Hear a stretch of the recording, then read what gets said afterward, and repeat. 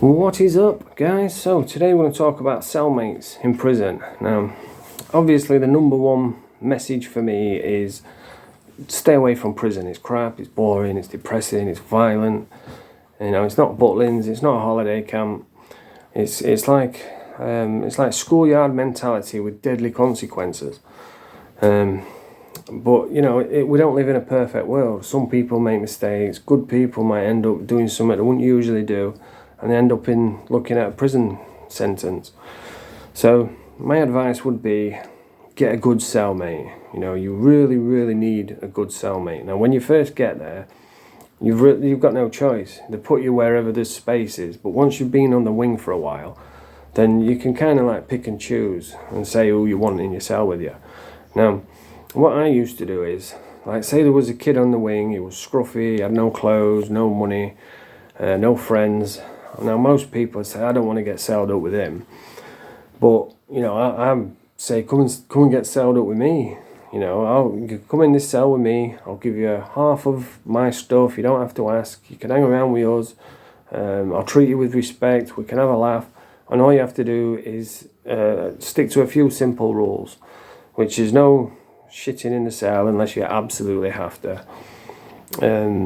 You know, I get the bottom bunk, we watch what I want to watch on TV, and we go to bed when I want to go to bed, and that's it.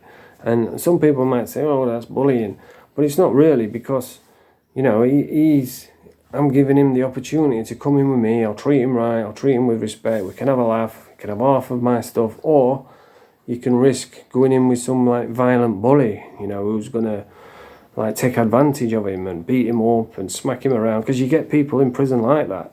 He'll have him like joeying for him, washing his pants in the sink, that sort of thing. You know, there is people like that in prison. So I'm giving him the option, come in with me, stick with these rules, or risk going in with someone who's going to take the piss. And that's what I do to get a good cellmate. I'm really just paying him to be a good cellmate.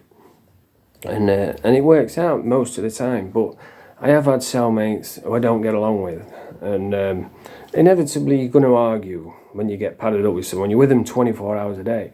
You know, you're going to get on each other's nerves. It's inevitable. But I remember this one guy. I was padded up with him for ages. He was a Donny lad as well, and then I'd never knew him beforehand. But you end up getting to know people really well when you're in a cell with them, like 24 hours a day. And we was on the wing, was padded up over a year, and they moved us both at the same time. I don't know, they was doing something to the wing. I don't know if they were making it into an induction wing or making it into a drug-free wing or something like that. But they moved everybody off, and they put us on a wing that everybody called Beirut, because it was rough as hell. There was always running out of food, and they mixed the YOs with the cons, which, as far as I knew, that was illegal, but they did it.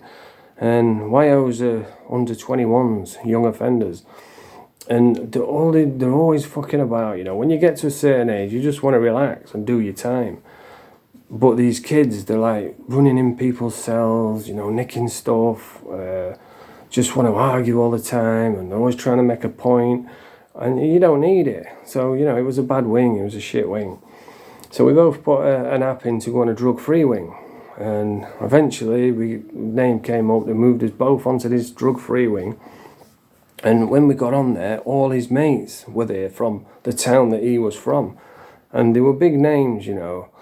So I think he was like trying to like impress them, but he was doing it at my expense. You know, he was pecking at my head all the time, trying to make fun of me, and he totally changed. And I'm thinking, fucking hell, I've been padded up with this guy for over a year, but you know, I thought we were good mates, and he just totally changed, and he's like punching me on the arm and taking the piss at my expense. And I don't mind a little bit of that, but it got to the point where I'm like, okay, he's taking the piss now. And I started losing sleep over it. I thought, I've got to fucking do something, you know. I don't really want to go in showers and bang it out with him, you know, because we have friends, really, you know. But he was taking it too far. And I did have a word with him. I said, look, you're taking the piss. And he just kept doing it. So I thought, right. And what I decided, I said, I'm just going to embarrass him in front of everyone. And that's exactly what I did. And this one day, the whole wing was there, and he was doing what he was doing, you know, punching me on, bouncing around like a little fucking idiot. And he come charging at me, and I just like ducked down, fucking flipped him. He did about 4 somersaults.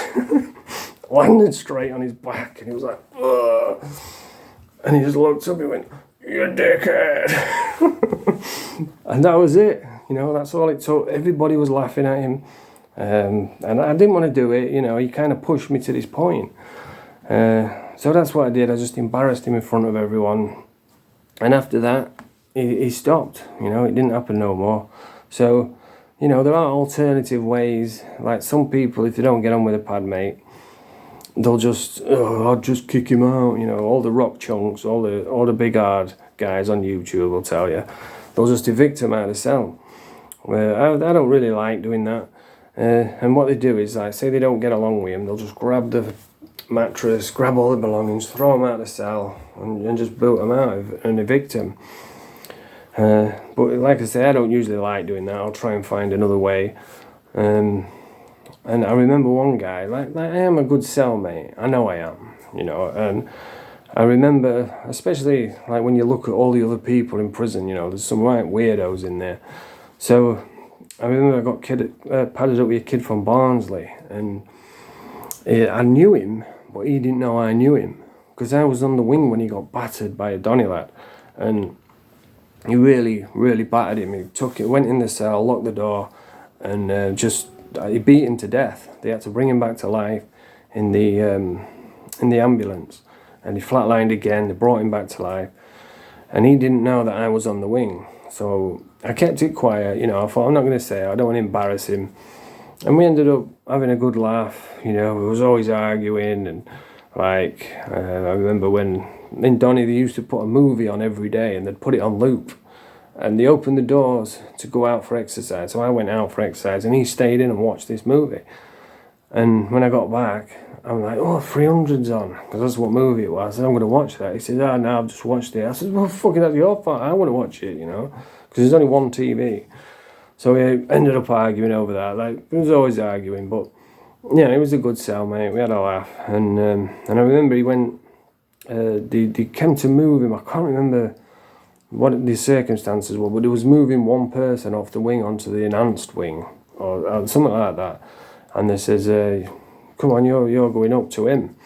And he says, "I don't want to go up." You know, he's knocking back enhanced, where you get more time out of your cell, you get more privileges, but he didn't want to do it. He says, "No, I'm happy in here, padded up with Paddy." And he says, "Well, we've got to send somebody up." So he went out and he paid someone. I think he gave him 2 packs of tobacco, which is about £6, which is quite a lot in prison. And he went and paid someone 2 packs of tobacco to move onto the wing, which that just shows what a good cellmate I am. And like I said, there is people in there what will really take advantage of people in the cell. I remember one kid, he was padded up with one of my mates from Donny, and he was nuts. You know, he was a real tough fighter, and he was slashing him with a razor blade on his arms and that, just for a laugh. You know, and this kid, I remember I went in his cell, I said, "What's up with your arms?" He says, "He's been fucking slashing me with a blade." Not like real bad, just like nicking him. And he was throwing all the razor blades out the window. He says, "If there's no blades, you can't do it." And I felt for him, you know, there's no I could do. Because like I say, he was a loose cannon, he was mental. But that's the reality of prison. If you get put in with someone who's nuts, you know, I've been locked in, and my cellmate's tried to kill himself, cut his neck with a razor blade.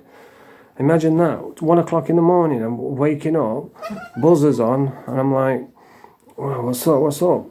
And this guy stood at the door, tapping on the door, saying, "I need to see an officer."